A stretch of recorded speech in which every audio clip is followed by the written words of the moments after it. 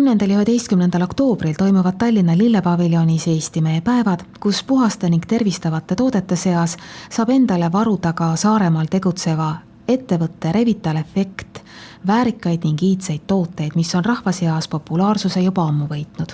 Kohapeal on võimalus kuulata Pavel Kadõukovi loengut salvidest, temaga isiklikult konsulteerida ja ka head tagasisidet anda. Põhiline salv, mida ma pakun, on traditsiooniline männivaigussalv Revital Effect. Et see on siis männivaik, mesilasvaha, hanerasv ja päevalilleõli. Ja seda on kasutatud juba iidsest ajast kui tõhusat põletikuvastast, antibakteriaalset ja haavu parandavat vahendit. Ta toimib väga kiiresti, näiteks külmetuse võtab väga kiiresti ära või on mingisugune liigese mure või näiteks väga häid kiireid tulemusi on andnud põskkoopa põletiku puhul. Et see on mingi 3-4 päeva ja mingi veritsev põskkoopa põletik on täitsa puhtaks nina nagu saadud. Et selles mõttes on nagu see siuke kindel, looduslik vahend ja võib-olla inimestele meeldibki, et see on esiteks puhas, seal ei ole mitte mingisugust keemiat, et on looduslik ja siuke mainega salv, mis on, kuidas öelda, juba aastaid tuhandeid tegelikult sellist salvi on tehtud.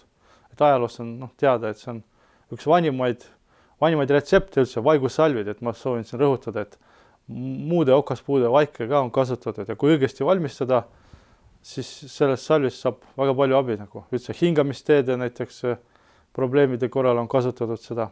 Rändori salv on toode, mis ainukesena juba oma pakendi tõttu huvi ja imetlust äratab. Tegelikult see salv on täiesti minu enda, kuidas öelda, väljendus, et kõik minu tooted on tegelikult ka osa minust. Mulle meeldib teha kvaliteetseid, toimivaid ja ilusaid asju.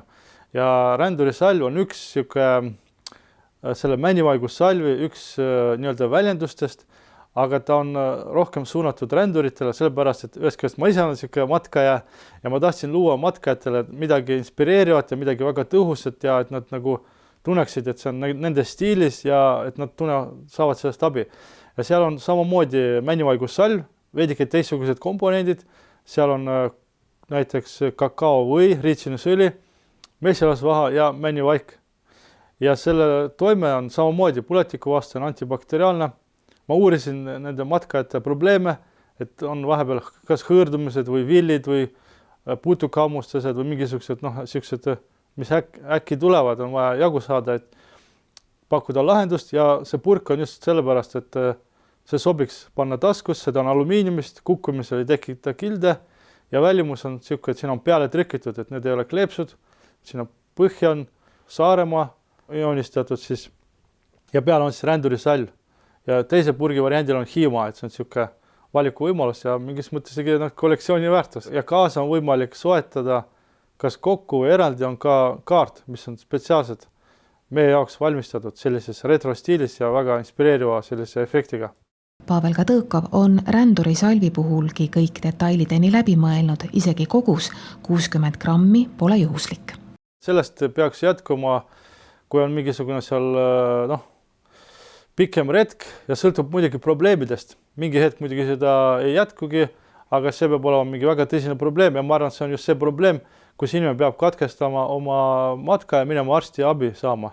Aga see on just see, et kus ta saab ise toime tulla, näiteks kui on seal mingid villid või mingi äkki angiin tekkis, mandlid valutavad või kõrvas hakkas mingisugune valu tekkima, et saab määrida, et seda kogust on täiesti küll, et seal kriimustusi või mingid asju määrida või mingi päikesepõletus või lõkke juures põletab ära või mingid kriimustus või putukhammustus või herilana, midagi iganes, et see on täiesti siuke kogus, mis on piisav. Kuigi on tegemist puhtalt looduslike toodetega, tuleks enne tarvitamist välja selgitada allergiatekke võimalus. On tuvastatud, et umbes 103 inimesel on vaikude talumatus, männivaik või kuusevaik.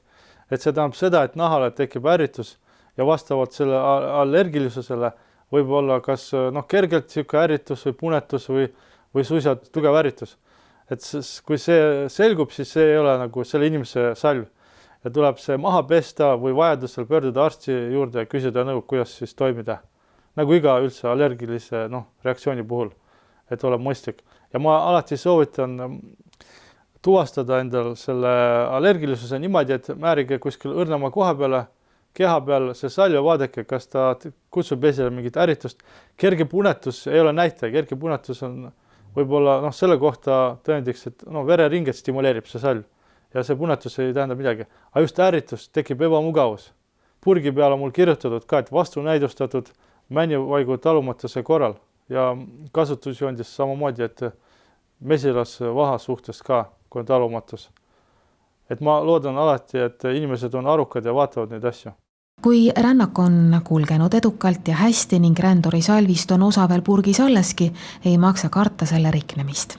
Avatud purk on selles mõttes see, et mida on korraks juba avatud, aga tuleb seda sulgeda, et täiesti avatuna ma üldse ei soovita säilitada, sellepärast sinna läheb sisse igasugune sodi ja see võib juba selle salvile nagu liiga teha. Aga üldiselt, mis puudutab kõike minu valmistatud männivaigu salve, nad suletuna, kui on juba avatud, aga purk on korralikult suletud, nad võivad säilida toatemperatuuril aastaid, näiteks 5 aastat. Ma olen ise katsetanud salviga niimoodi, et ma olen teda üldse lahtiselt hoidnud mitu aastat. Ja kuna seal on siuke segu, mis on tugeva antibakteriaalse toimega, siis siin on lihtsalt tekkinud tolmukiht, aga salv ise on täiesti nagu kasutuskõlbulik. Aga põhimõtteliselt on mõistlik suletuna seda säilitada ja kuskil siukses jahedamas pimedas kohas. Aga kui näiteks ta on teil kuskil kotis, purk matkakotis, see ei ole üldse probleem. Peaasi, et on kinni. Näiteks mul on ränduri salvi kohta mainitud, et see talub temperatuuri kõikumisi, ei kaota oma toimet ja ei rikne palava ega külma kliimaga. See tähendab seda, et ta võib olla teil kotis või riiulis ja ta ei kaota üldse oma omadusi.